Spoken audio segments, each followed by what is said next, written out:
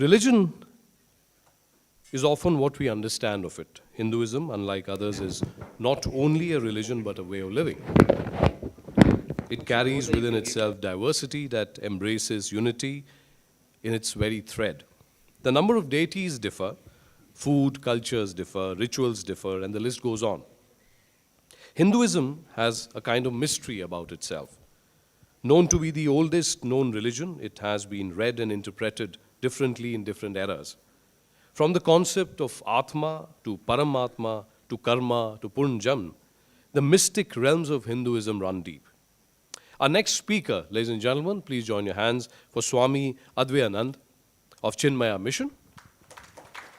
Swamiji is the president and trustee of Chinmaya Vishwapith, a deemed university dedicated to world-class education built on Indian wisdom.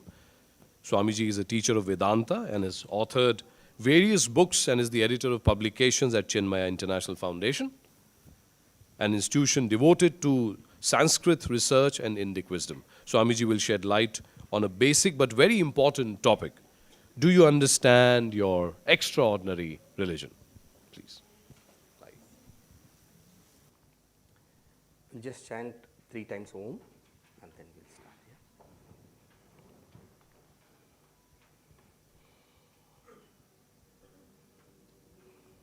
Om.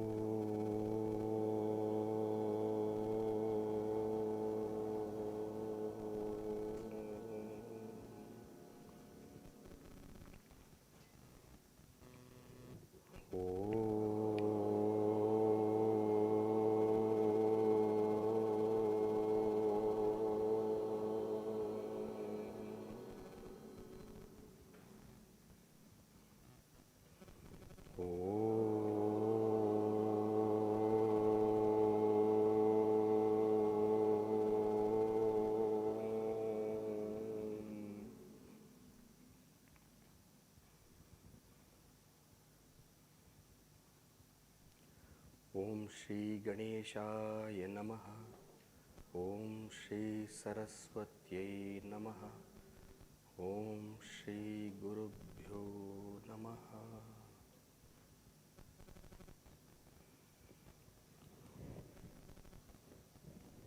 Very happy to be with all of you.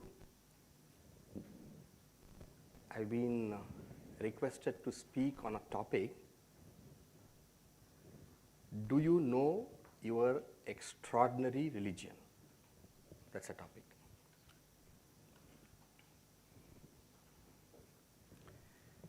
When we say extraordinary,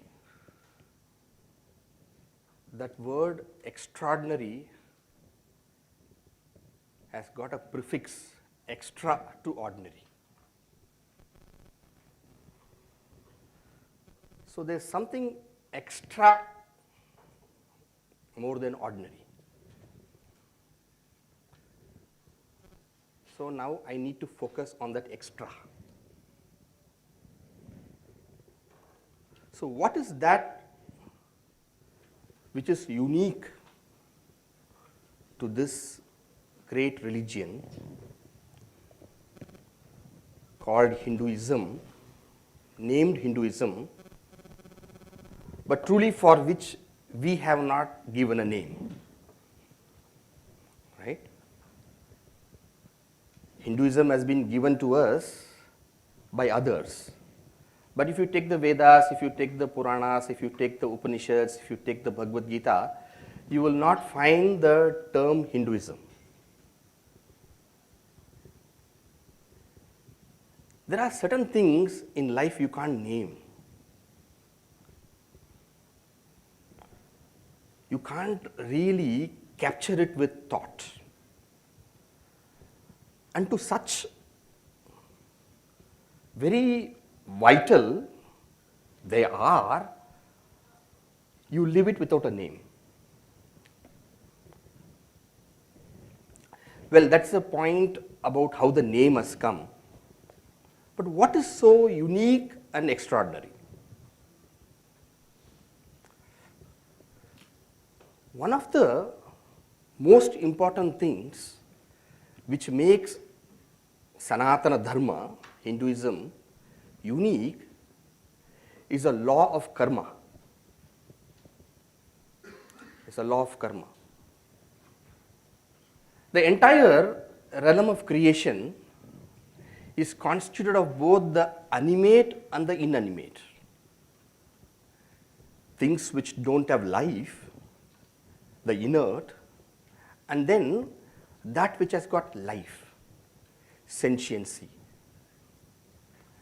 We all know the very, very famous law of every action has got a reaction. The famous Newton's law, among the various laws, every action has got a reaction. Now the point is equal and opposite reaction. But the point is that limited only to the realm of the inanimate, the inert? Our ancients, they found out that it is not limited only to the realm of the inert. Even to the sentient, it applies. And thus, the concept of action having a reaction applies to all, applies to the animate also. And therefore, an action that we do will have a result. Now, sometimes we give names for it. You do a good action, then you get a result which is called punya. You do an ignoble action, then you get a result which is termed papa. In English also, a good action, then you get a merit, then an ignoble action, you get a sin. But the point is, this is not something unique only to Hinduism. Every religion also speaks about good action, bad, then good result, then bad action, bad result. But what is so unique is that the way the results fructify. A good action will give a good result, a bad action will give a bad result, punya papa, but the effect on life has been expanded to its maximum in Sanatana Dharma, in Hinduism. Now, if you take other different religions, if you find out, other than those, of course, which are born from Hinduism, Buddhism, Jainism, which have been offshoots, which has born in this land, which is a different matter. But if you take other religions, what they speak of is that in one life, whatever good actions you do, in one life, whatever actions you do, good or bad, that is told, and usually most of us do bad actions. Bad is more than good usually among the general run of people, and therefore they say, wait, you will have to face your consequences. And how is that? After your death, you remain. And then a day is there, and since the bad is more, it is going to be a great doom for all. And therefore they have the term doomsday. Is it not? And during doomsday, what will happen? All your actions would be weighed, and then a result would be given. And what is that result? If you have done good more, then you get eternal heaven. And if you have done bad more, then it will be eternal hell. Now that is the concept. But here how it is, if you have done good, you will get the result of the good here. If you do bad, you will also get the results of the bad here.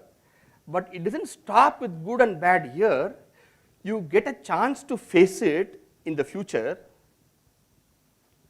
And once you get a chance to face in the future, you experience it.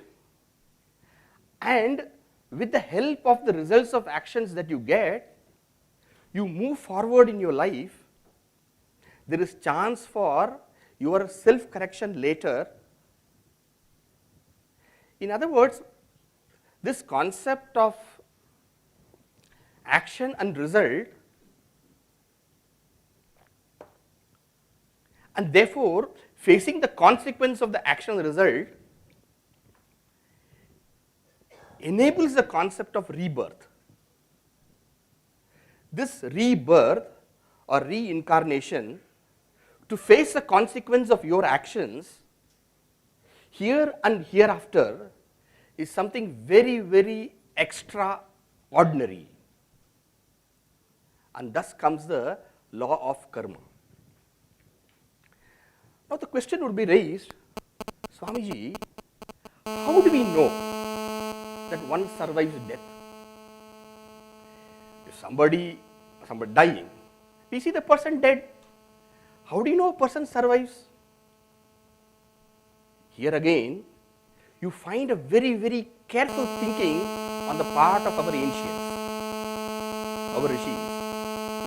They say, death can affect what? Somebody dies. So what actually happens? When the person dies, we find the body being either cremated or buried. And then you find the action of elements of the body decomposes, and the body comes to an end.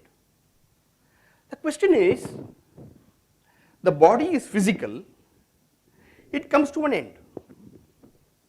You can attack the physical with physical forces. The body is physical. The physical body can be acted upon by physical elements and it can decompose. But what about the mind? That which is subtle cannot be touched by the physical. Please think. Kindly do not accept anything that I say on the face value, but please think. Today, if required, if possible, and if wanted or if for a reason, you can imprison a person. You can hold a person in chains. But can you fetter the person's mind? Can you change the person's intellect? Mind and intellect are not physical. They are subtle. Fire can act on the body. I can take something and burn your hand, or I can even take a razor, cut your hand. So many things are possible. But mind, can the action of fire, can the action of water, can the action of anything physical touch the mind? What happens to the mind?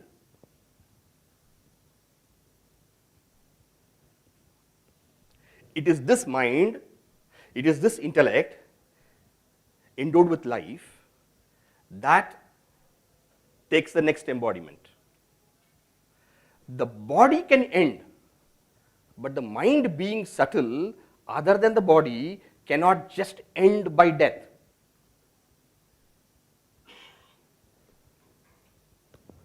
And therefore, if the mind leaves, meaning the essential me leaves, the body is only a physical me. The body is not me truly. It is something which comes and goes, which grows, which decays, which has got a destruction. But the mind, which is the essential me, the intellect, which is the actual doer me, this mind and intellect with life takes the next embodiment and goes through the results of its previous actions. In physics we say, energy can neither be created nor destroyed, but can only be transformed from one form to the another. Body is transformed to the elements. What happens to the mind? What happens to the intellect? So, death is but a comma to a sentence. Birth is nothing but the continuation of the sentence. And therefore, we write the story of our life not just in one body. We write the story of our life in many embodiments. Now, Swamiji, you may question, what is wrong with the other concept? Other concept? What is the need for a soul to remain this way after one embodiment? Let us say, like how other religions conceive, the soul just remains. They are also not telling that the soul comes to an end. I said extraordinary, is it not? I am looking at that word extra. What is the difference? There also it remains. Here also it remains. There it remains and faces the result at one point of time and then gets the result at one go. Here you are saying it keeps getting. What is the difference? Remember, there are lots of problems in such a kind of conception. What problems? Now, suppose you say that for a certain, each one of us do our actions for a certain duration of time. So it is a limited number of actions. A limited number of actions should have a limited number of results. Yes? A finite will give a result which is also limited and finite. But watch what happens. For a limited, am I communicating or am I? Are you getting what I'm saying? Please don't accept what I'm saying. If any doubts are there, there's time also to question. Okay? Whatever time is available, we'll discuss. It's a large topic. Remember, a person lives for a certain number of X years. Certain Y number of actions will be there. And for Y number of actions, there should be a Y number of results. But suppose you say, for a finite X number of actions, there is an infinite result. Can you see? Eternal hell, eternal heaven. Logic has gone for a toss. Finite gives infinite result. And you have no chance to change that. No chance.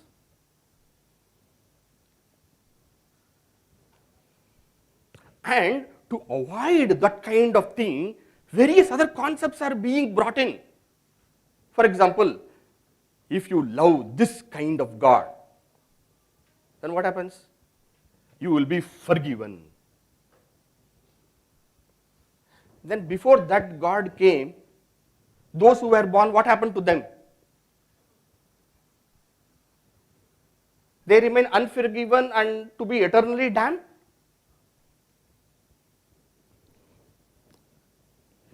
You see, you create a logical complexity, and to solve that logical complexity, you create an illogicality. I am just talking philosophically, okay? This is a philosophical discussion. This is not a fault-finding discussion. It's a philosophical, rigorous thought we are doing. And therefore, the concept of finite leading to the infinite is flawed.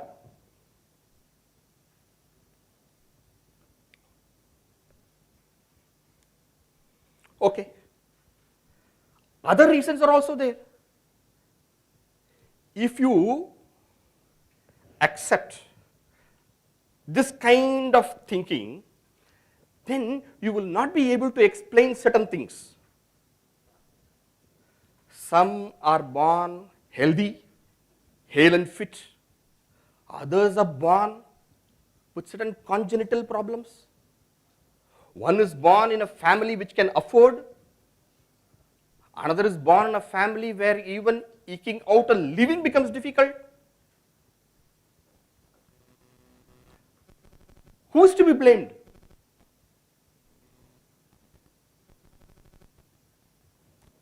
Who is to be blamed? If you don't accept, the past flows into the present to transform itself into the future.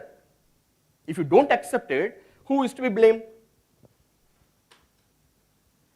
Swamiji, God's ways are unknown. Come on, yeah. If you create your logical problem and you bring God to solve your problem,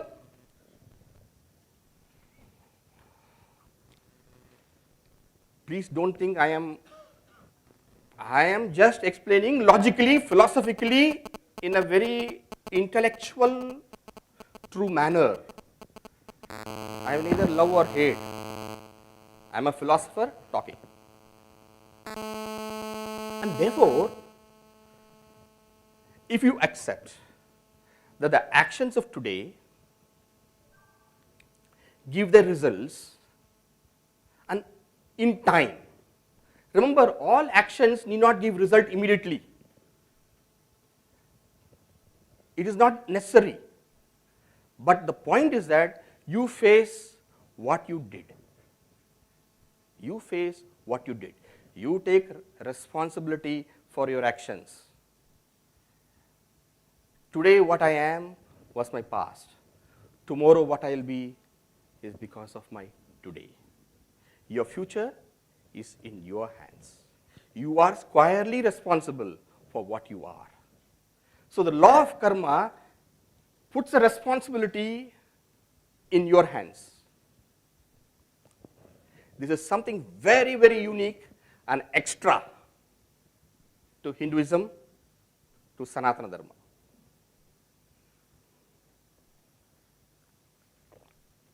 Take a few moments to please roll it in your mind.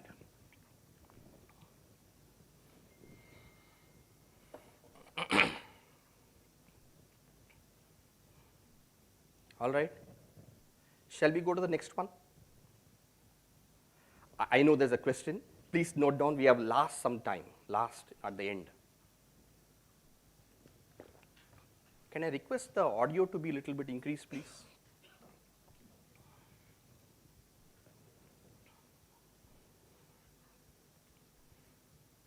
Right? This is so unique to Hinduism, this law of karma, and explains the complexities of creation so wonderfully as no other thought can explain. I'm not claiming it with some kind of brash audacity. I thought about it also.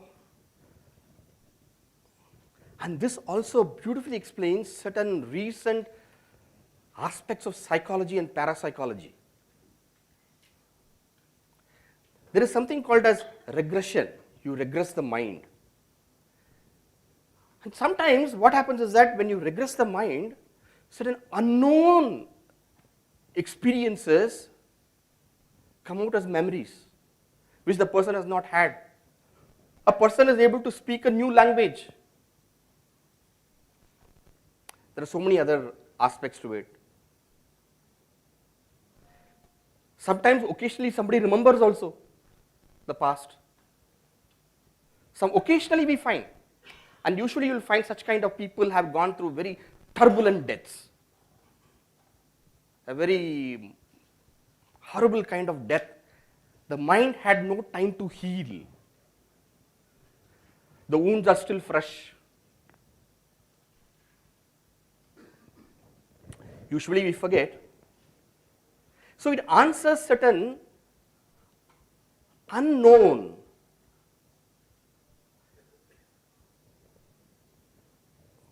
realms also. All right. The second beautiful thing, which is so beautiful that you can't even imagine how beautiful it is the very conception of God.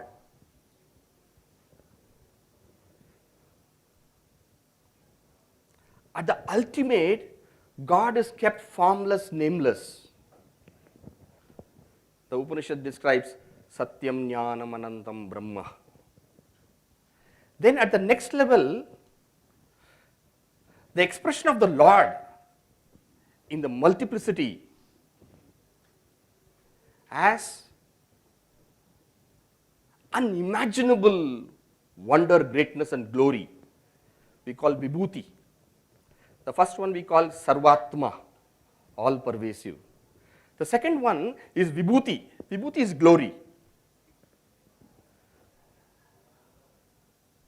I'll explain a little more little later. I'm enumerating now. Third one is the Lord's expression in saints, in certain yogis, in advanced human beings, the gurus. Expression of the Lord in mother, in father. The expression of the Lord. And the fourth one is Lord appearing, avatar. I said four things, right?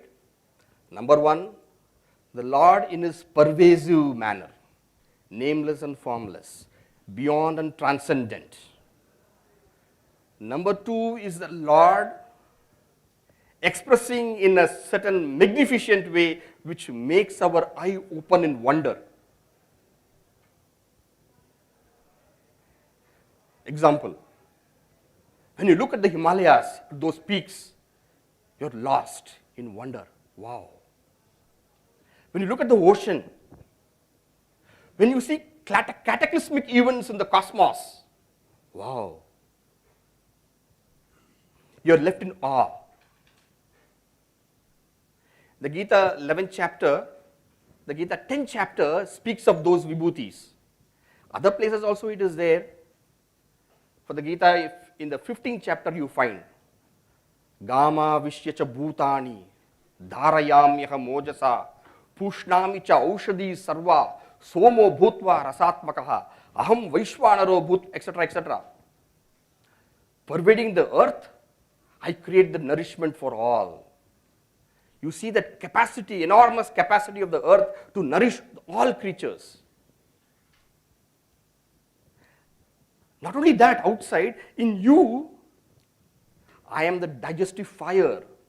Whatever you put, I am able to do. Who does all those things? You did not plan out. You did not create it. Now that is aspect of God. That is another way. First way is the Lord in his all-pervasive form. Second is the Lord in certain expressions, magnificent. And third, the Lord appearing in human beings. I read a very beautiful line, a quotation kind of thing. God could not be everywhere. Therefore, he made mothers who cannot wonder at the unconditional love of a mother. Even today, when your mother calls you and tells you, how are you? That how are you is very different from the how are you of your friend, of your father. That's a very different how are you. Because that words itself carries something magical about it. That capacity is the expression of the unconditional love of God. Or in your teacher, you find the capacity, the guru I mean, you find the capacity to unconditionally, without asking anything, give the best, to create the best more than what the teacher is. Or in certain saints. This is called Nitya, the God's eternal presence. One is Sarvatma, another is Vibhuti, and third is this Nitya, eternal presence. And the last one is the God himself decides to come, to be part and parcel of you, to stay shoulder and shoulder with you, and give you the experience of what it means to be good, truly fearless, and how to lead life. God in action, when a situation demands. And thus we have the famous statements in the Bhagavad Gita, Yada yada hi dharmasya, etc., etc. Now this kind of overarching understanding of God. Why I say overarching is that you see what this leads to. Swamiji, what this leads to?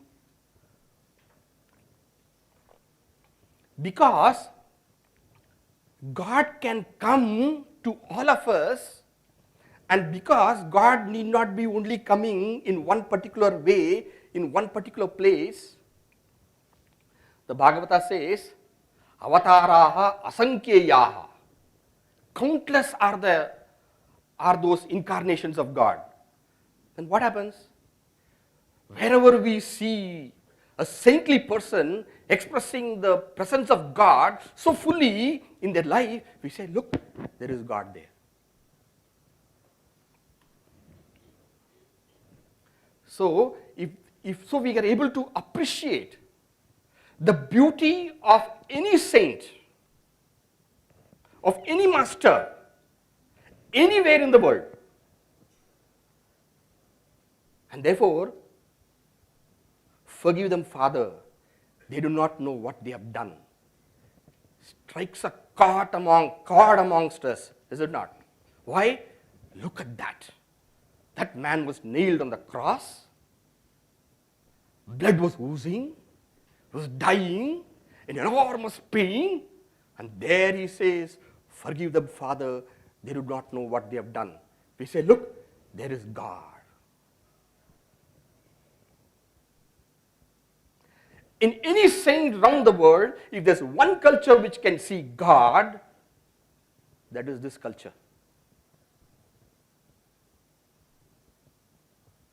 And thus, the philosophy of this culture is, don't say only, always say also. Swamiji, say that again. Don't say only, always say also. So if somebody says in our culture, this alone is the way, we say, this also is the way. This alone, he or she, whatever, alone saves, we say, also saves. Do you see this beauty? Naturally integrating, without any force. There are no words like accommodating. These are meaningless words in this culture. Universal acceptance, meaningless. What acceptance? What accommodation? These are poor words to express a great overarching Catholicism embracing the whole world as one. And that's how you find only this culture has concepts like Vasudhaiva Kutumbakam. The whole world is one family. Yatra Vishwam Bhavati Ekanidam, where all of us are like children in one nest. It is not artificial. You don't have to tell anybody, love everybody. No. And since we have this idea that God is everywhere, therefore very easily we accept love thy neighbor as thyself. We don't say love thy neighbor. Love thy neighbor as thyself. Because the God in you and the God there is one and the same. He is a very self in both of us.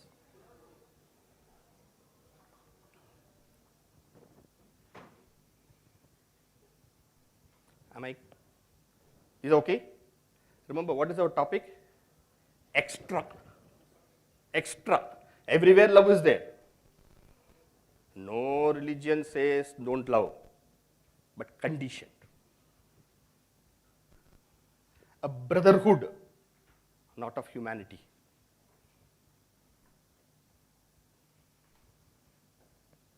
Only one. The one. Don't have to accept it. Please, because I am telling, don't accept it. You go see for yourself. Read those treatises for yourself and see.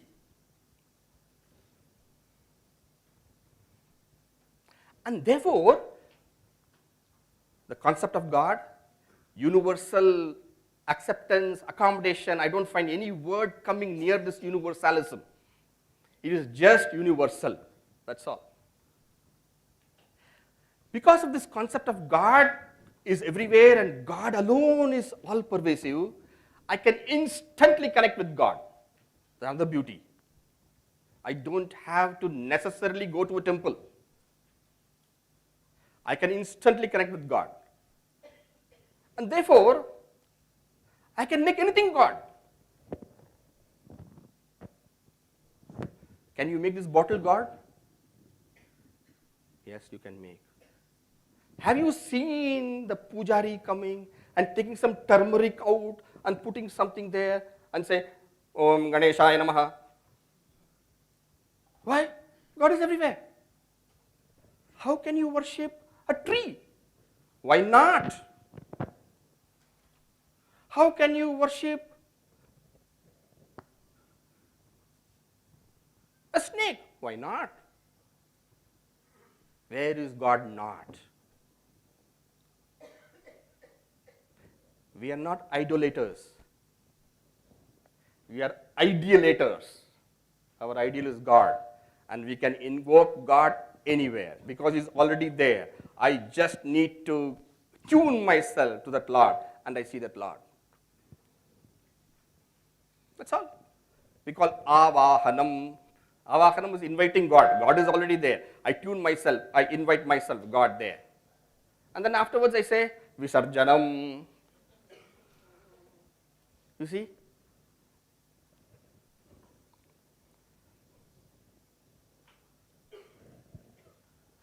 All right. One extra, the law of karma.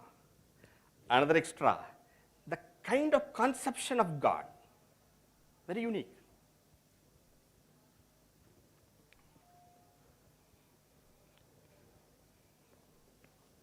And third, I will stop with the third one. The concept of helping you evolve. Swami, every religion does that. No. In a very specific way. Ashrama system. Ashrama system. People think ashrama means, most of you must be knowing this word ashram. What do they do in the ashram? Relax. When you go to ashram, but look at the word ashram. Shram means effort. Ah means full, samanta. Full effort. So what they've done is that, in this tradition, is divided our life into 4 ashramas. The first ashram, work hard. The first ashram, study. The second ashram, marry, work, enjoy, express your happiness, gain happiness. That's what you want. Then see them, you have seen everything in life. Nothing more new. Every further one is only a re-experience of what you have already experienced. Nothing new you are going to have, everything you have seen. Withdraw. Train yourself for higher things. It naturally comes. It is not something which you have to consciously. The mind evolves. Naturally it says, I have seen everything. Is there something higher? Vanaprastha, an age of retirement.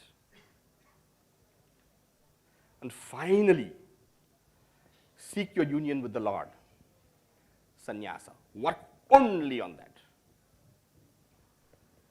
Now, this is not something they have thrust. This is natural to human aspirations. Natural to human aspirations, definitely no child wants to go study. But it is good. You study. It will help you lead a good life. This is the age to study, not for pleasure. Study, focus. Then afterwards, work, earn, serve, enjoy. Then afterwards, withdraw. You've seen everything. Think of higher things. Then afterwards, dedicate yourself to the highest. This is the ashrama system. And next is Varna system. Immediately people hear Varna, their mind goes, This is also very, very unique. Because why it unique is that as you are made within, find a work that suits you. The entire concept of Varna is this: what you are mind-wise within, find a work suitable to that.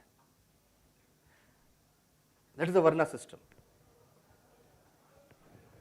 Well, it does not mean that the one who has got a very study-oriented mind will definitely have a child who is also study-oriented. Possibly, possibly not. But this is another very, very unique concept. These are all very, very extra to this great cultural tradition, to this great manner of life, to this unique style of thought, which is truly the most Catholic, the most logical, very human, and at the same time very transcendental and very noble. Number one, law of karma. Number two, the concept of God. Number three, a dynamic method to evolve and live a life of goodness and greatness. Varna Ashrama.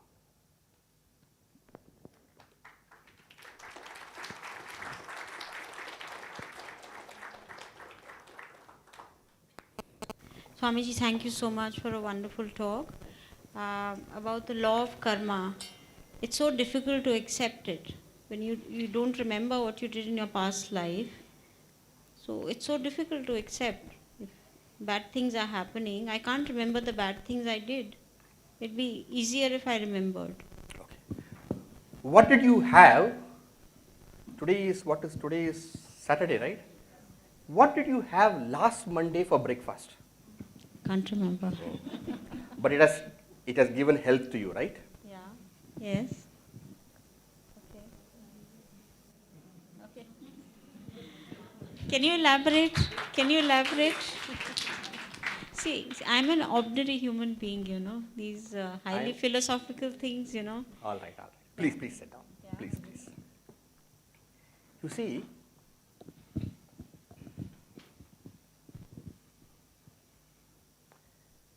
it is the nature of the mind to forget.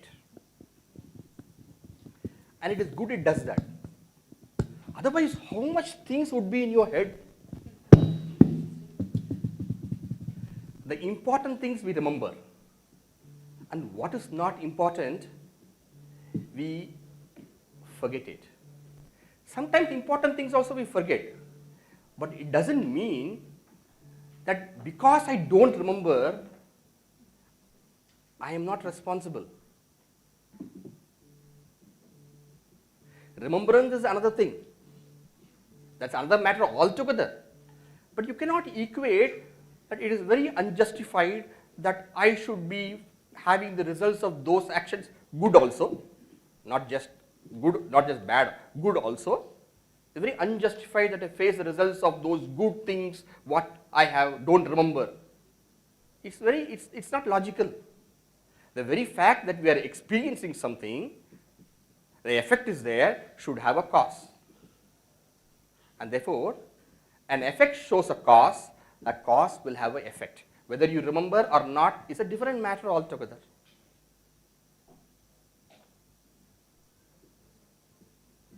Please think about it. I wish I had more time, then I would have explained further.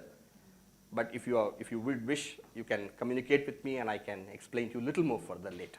Swamiji, thank you so much for crystallizing it so beautifully in such a short time.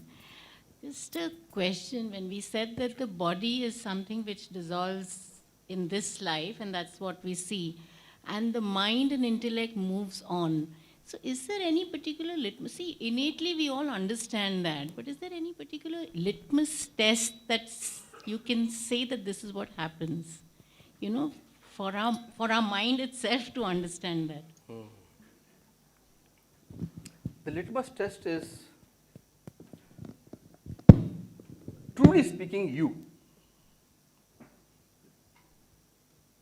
You are what you are because of what you wear.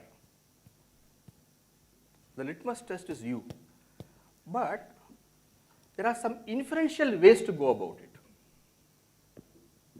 One thing is what I said, to explain the nature of the diversity, logically, the theory of action explain, that's one. Second thing, you think about child prodigies. Child prodigies. For example, take Balamurali Krishna. At the age of 4, Beethoven. Age of 7, First Symphony. Take for example Adi Shankaracharya. Age of 8, mastered the entire gamut of knowledge at the time. How do you explain this?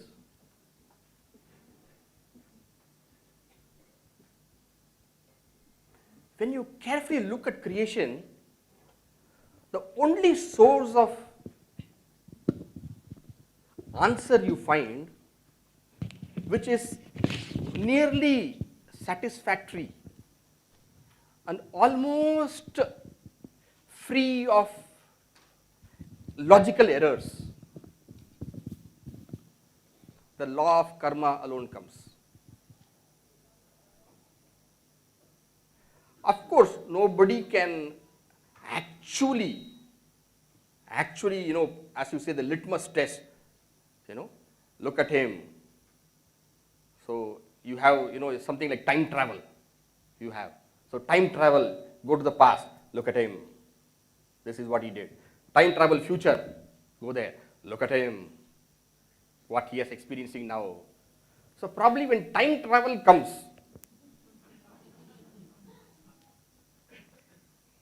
you can have your litmus test, but I can give you a logical test, and these are the tests.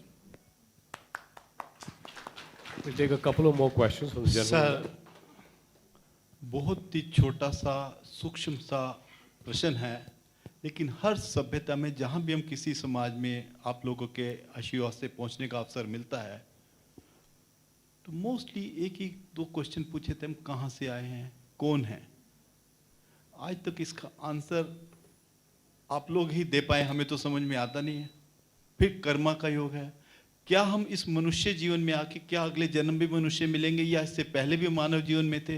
ये दो ऐसे question हैं जो अब तक दिमाग में हमेशा घूमते रहते हैं, लेकिन जवाब कहीं भी नहीं मिला। आज मुझे बड़ा अच्छा मौका मिल रहा है, तो मैंने कहा ये क्वेश्चन दो आपके आंख में सामने रखें, इसकी कृपया करके थोड़ा सा कर विश्लेषण दे दो। बड़ा बड़ा धन्यवाद, थैंक यू। मेरी हिंदी टूटी फूटी है, हाँ, मैं समझ में पाया, मुझे समझ में आया आप क्या बोले, लेकिन मैं हिंदी में बोलूँगा, इंग्लिश में बोलूँगा, होता है, ठीक है। Welcome. Who are you? First question. Don't think it is a big question. When we start thinking it's a big question, we start imagining unimaginable answers, and we keep that answer to that question far away. Who are you? Just go within and check for yourself. Who am I? Swamiji, how do I do that? Ask this question, who is watching, who is observing the mind? Who is observing the body? Who is observing the mind? When you ask this question,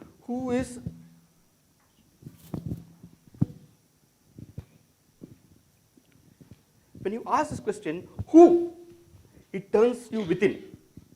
Please do it very carefully as I'm saying. Who is observing, I'm talking now. Who is observing this? You are hearing through your ears, the mind is making it to a thought, but who is watching this thought? That is you. Because you are the subject. Now when you go inward this way and try to comprehend, you will find that you are not a form, but you are a presence. And that presence is called as Sat, existence. And that presence is not inert, it is aware. And therefore, we call that as Chit, consciousness. And that presence, which is consciousness, is beyond the vagaries, the ups and downs of the mind. It is truly, absolutely complete. We call it, therefore, Ananda. And putting the Sat, Chit, Ananda together, we say Purna. Who are you? You are complete in every manner.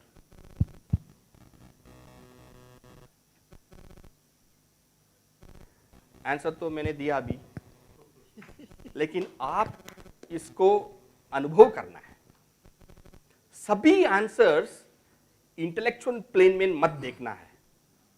Intellect एक द्वार है अंदर जाने के लिए, आप वहां देखिए उसका answer.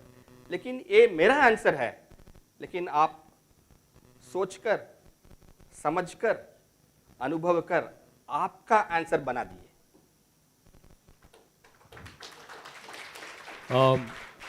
Ma'am, Swamiji, will you have food with us, of course? Because there are a lot of people waiting to ask you questions, and I'm also aware कि All right, yes, I will have. Hinduism में या किसी भी religion में सबसे ज़रूरी होता है कि अगर आप पेट भर के खा चुके हो तो आपका इंटेलेक्ट भी ठीक रहता है. अच्छा, अच्छा, ठीक है. So, ma'am, is it okay if you ask him the question you wanted to during lunchtime? Okay, it's Sorry. I know, sir, but I'm also aware of the fact that I'm keeping about 139 more people. Okay, so I will leave it. Is everyone okay if we finish that question? I assure all of you, Yeah. I assure all of you, I will be here till I answer my question, even if I have to miss a flight. All right? I assure you I'll be there. Is it okay? No, you wanted me to meet them separately or something? Okay, second question. Your second question is that there are two aspects, sir. There are two aspects which determine the future. One is your interest. One is your interest. Your keen wish and want, the interest, your core want. Another is what you have done now and the past also. Now, what happens is that your interest and your keenness enables you to have a life which furthers that keenness and interest. That's one. But what your actions, what you have done now determines the kind of external life that you have. Internal life, external life. If your interest is towards music, you will continue your interest. But your actions will determine what kind of external life you have, how much it will facilitate you. For example, let me give a very concrete example. You love music, example. So definitely you will continue that. But what actions you have done?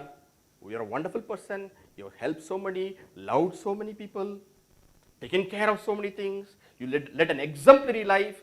Therefore, the next or whatever it is will also be an exemplary life which facilitates that.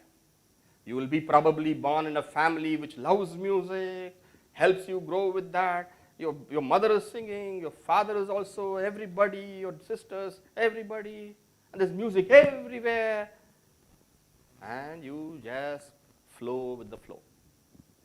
But suppose the actions and the life that you have lived are not that great, then you have a kind of external atmosphere which doesn't support that.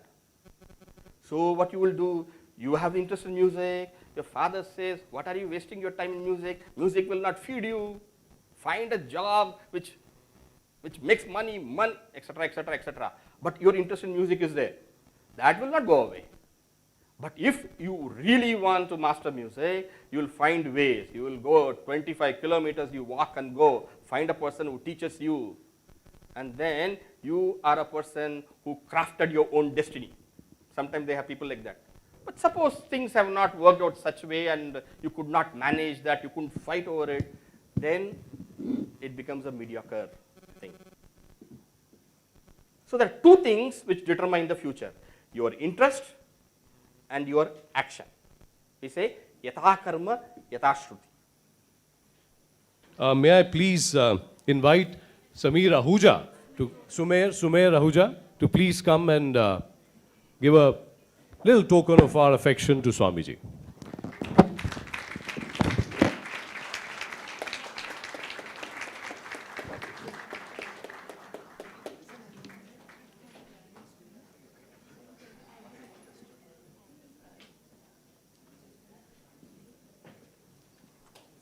Thank you, Swamiji. Thank you, everyone.